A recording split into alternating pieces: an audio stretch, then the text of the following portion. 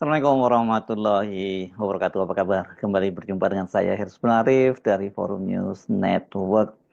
Pengumuman dari OCCRP atau Organized Crime and Corruption Reporting Project yang menetapkan bahwa Presiden Jokowi itu sebagai salah satu nominator atau finalis sebagai pemimpin yang terkorup di dunia. Sampai sekarang ini mengundang pro kontra. Tentu saja yang pro ini adalah para pengkritik Jokowi dan yang kontra para pendukung Jokowi. Dan memang nggak main-main ya kan, karena Jokowi ini bersama dengan 5 orang pemimpin dunia. Ini 2 orang dari Afrika, kemudian 1 dari India, 1 Bangladesh, dan kemudian juga 1 dari Timur Tengah, yakni Bashar al-Assad itu ditetapkan sebagai nominator pemimpin terkorup di dunia untuk tahun 2024. Dan pemenangnya bukan Jokowi, memang pemenangnya adalah Bashar al-Assad. Tapi walaupun tidak jadi pemenang dengan masuk nominasi atau masuk jadi finalis, ini kan berarti menunjukkan bagaimana reputasi dari mantan Presiden Republik Indonesia itu di mata dunia. Kenapa? Karena dalam publikasinya itu disebutkan apa sih kriterianya orang-orang yang masuk, atau tokoh-tokoh, pemimpin, atau bahkan ada lembaga dunia itu kemudian dimasukkan sebagai kategorinya finalis Person of the Year.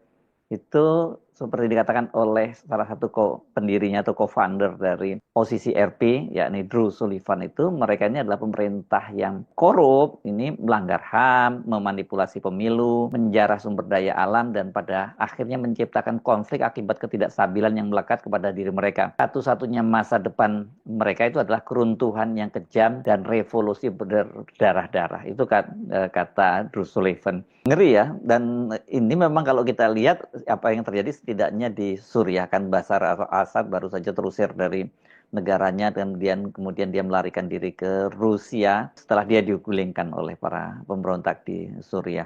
Dan perang dengan para pemberontak ini kan berlangsung sangat lama. Kemudian juga Sheikh Hasina yang dari Bangladesh itu kemarin juga digulingkan oleh semacam people power gitu di Bangladesh. Sementara pemimpin-pemimpin di Afrika yang juga masuk sekarang ini menjadi nominator bersama Pak Jokowi, memang ini adalah pemimpin-pemimpin yang korup, yang banyak sekali melakukan pelanggaran HAM dan menjarah sumber daya alamnya.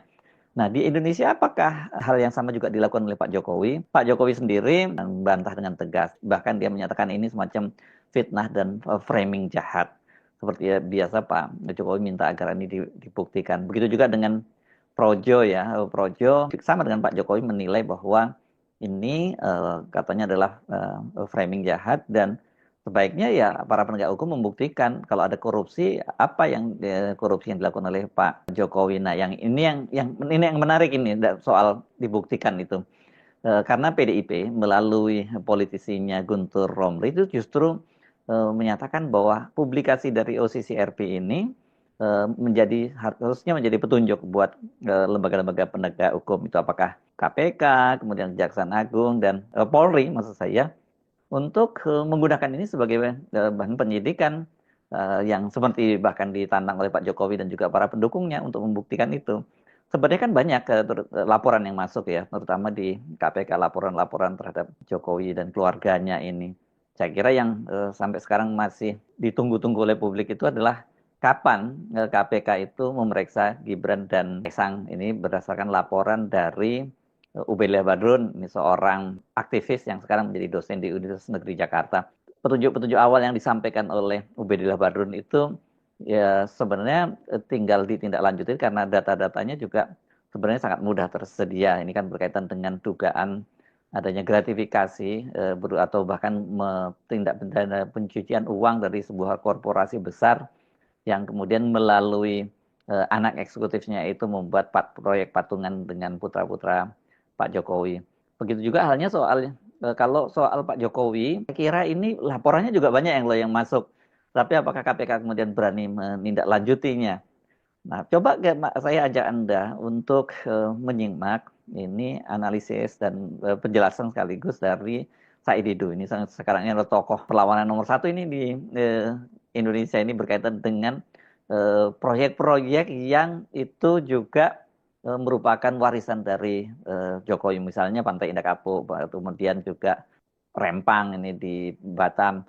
Dan semua itu kok sesuai dengan apa ya kriteria yang disampaikan oleh posisi RP, yakni berkaitan dengan penjarahan sumber daya alam dan menimbulkan konflik karena Pantai Indah Kapuk jelas sekarang ini bisa menjadi konflik besar antara warga dan tokoh-tokoh masyarakat di Banten dengan pengembang dari Agung Sedayu Group, yakni Aguan. Karena ini kan bukan hanya warga yang tergusur, tapi bahkan tokoh-tokoh ulama, warga, kemudian Sultan Banten juga turun tangan ini. Dan kemudian di Rempang juga kemarin terjadi kembali bentrokan, bukan bentrokan sebenarnya, justru penyerangan kepada warga oleh para pegawai proyek yang akan membangun pabrik di Pulau Rempang itu. Jadi ya kriterianya masuk ini ya. Saya ajak Anda untuk menyimak penjelasan dari Said Didu. Ini yang dia menyebutkan 5 klaster dari korupsinya Jokowi.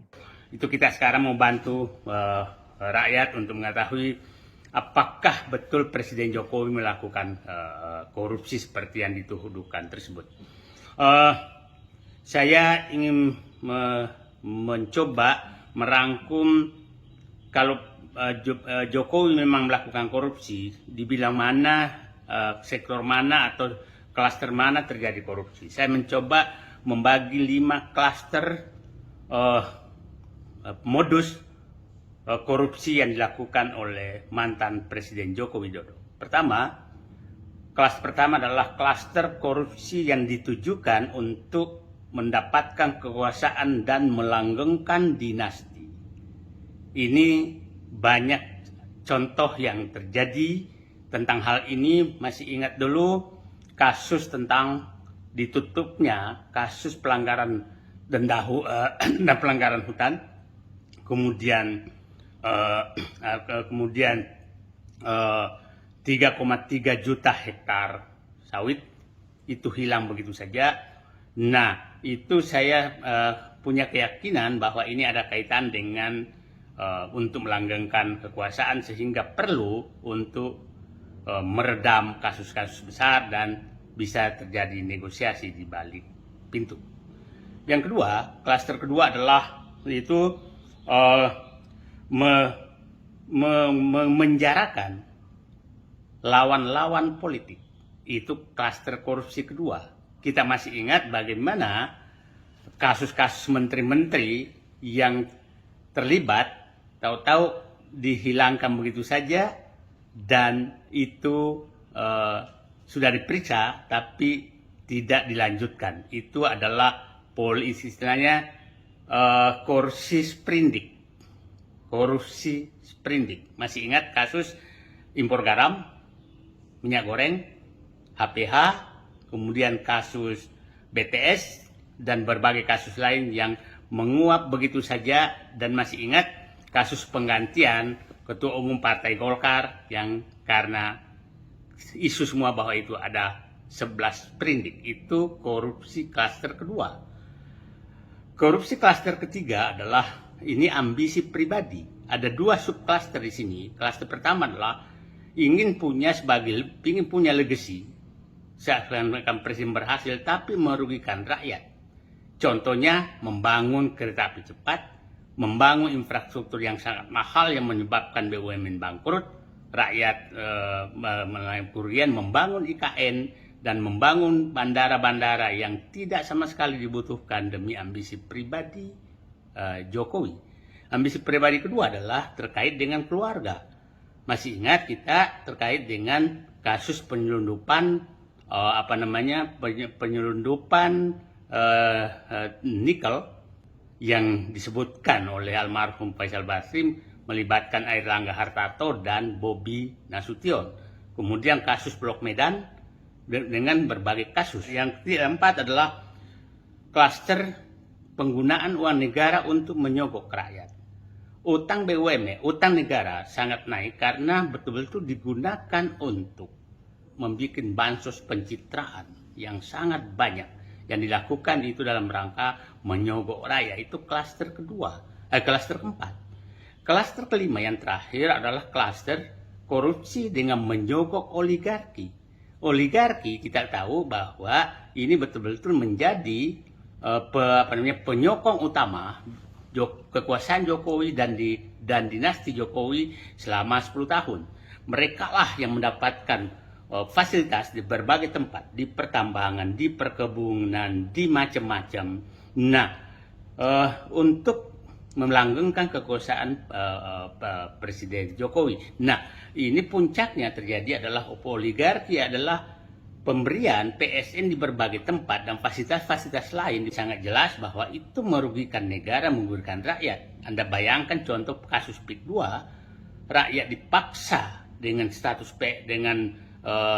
PSN dan Rempang juga demikian. Nah, yang terakhir, yang paling saya was-was adalah bahwa siapa tahu sebenarnya lembaga OCCRP memberikan status mantan Presiden Joko Widodo selaku finalis pemimpin terkorup di dunia. Siapa tahu mereka memiliki data lengkap terhadap korupsi atau korupsi yang dilakukan dan disembunyikan di luar negeri. Ini yang paling was-was. Kalau itu terjadi, maka memang kita anggap bahwa siapa tahu 1 Januari 2025 OCCRP menyelamatkan negeri ini dengan membuka selebar-lebarnya korupsi yang sudah terjadi selama pemerintahan Joko Widodo. Tunggu edisi berikutnya. Terima kasih. Assalamualaikum warahmatullahi wabarakatuh. Saya kira cukup gamblang ya apa yang disampaikan oleh Said Didu, dan itu match dengan kriteria yang disebutkan oleh OCCRP tadi ya. Ada soal pelanggaran HAM, ada soal manipulasi pemilu, itu jelas. Kalau masih pemilu jelas tadi dijelaskan. Kemudian ada juga konflik-konflik pengembang dengan warga. Semua itu terjadi di eranya Pak Jokowi. Jadi saya kira kalau supaya ini tidak menimbulkan kontroversi, ada bagusnya kalau kemudian para penegak hukum menindaklanjuti ini, karena bagaimanapun juga dampak dari publikasi yang dilakukan oleh OCCRP itu kan mencoreng nama baik bangsa dan negara, dan yang lebih serius lagi itu kan membuat para investor maupun lembaga donor yang ada di dunia yang ingin membantu Indonesia jadi ragu-ragu, karena seperti saya sebutkan sebelumnya, pemerintahnya Pak Prabowo kan mengklaim ini adalah kelanjutan dari pemerintahnya Pak Jokowi. Pemerintahnya Pak Jokowi mendapat stempel sebagai pemerintahan yang terkorup di dunia, karena dia pemimpinnya selama 2 periode. Jadi memang kalau kemudian agar Indonesia itu bisa bersih dari soal itu, pemerintahnya Prabowo harus menunjukkan bahwa kendati dia itu merupakan kelanjutan dari pemerintahan Jokowi, tapi mereka berbeda gitu. Kalau hal-hal yang buruk yang terjadi pada pemerintahan Jokowi tidak akan mereka lanjutkan, tentu saja juga mereka tidak akan menutup mata terhadap berbagai pelanggaran-pelanggaran yang dilakukan oleh pemerintahan Jokowi. Saya kira hanya dengan cara seperti itu, kemudian Indonesia bisa membersihkan diri, dan kemudian pemerintahnya Pak Prabowo juga bisa merebut simpati dari publik di dalam negeri maupun di luar negeri, bahwa kendati dia berpasangan dengan putranya Pak Jokowi, kendati dia mengklaim bukan kelanjutan pemerintahnya Jokowi, tapi dia punya paradigma yang berbeda dengan Jokowi, khususnya untuk hal-hal yang berkaitan dengan kesejahteraan rakyat yang selalu disampaikan oleh Pak Prabowo dalam berbagai kesempatan, termasuk kemarin terakhir ketika dia memutuskan bahwa kenaikan PPN 12% itu hanya berlaku untuk barang mewah, sementara untuk produk-produk yang itu menjadi hajat hidup rakyat kecil, pajaknya tidak dinaikkan. Saya Hersbun Arif dari Forum News Network. Sampai jumpa lagi. Wassalamualaikum warahmatullahi wabarakatuh.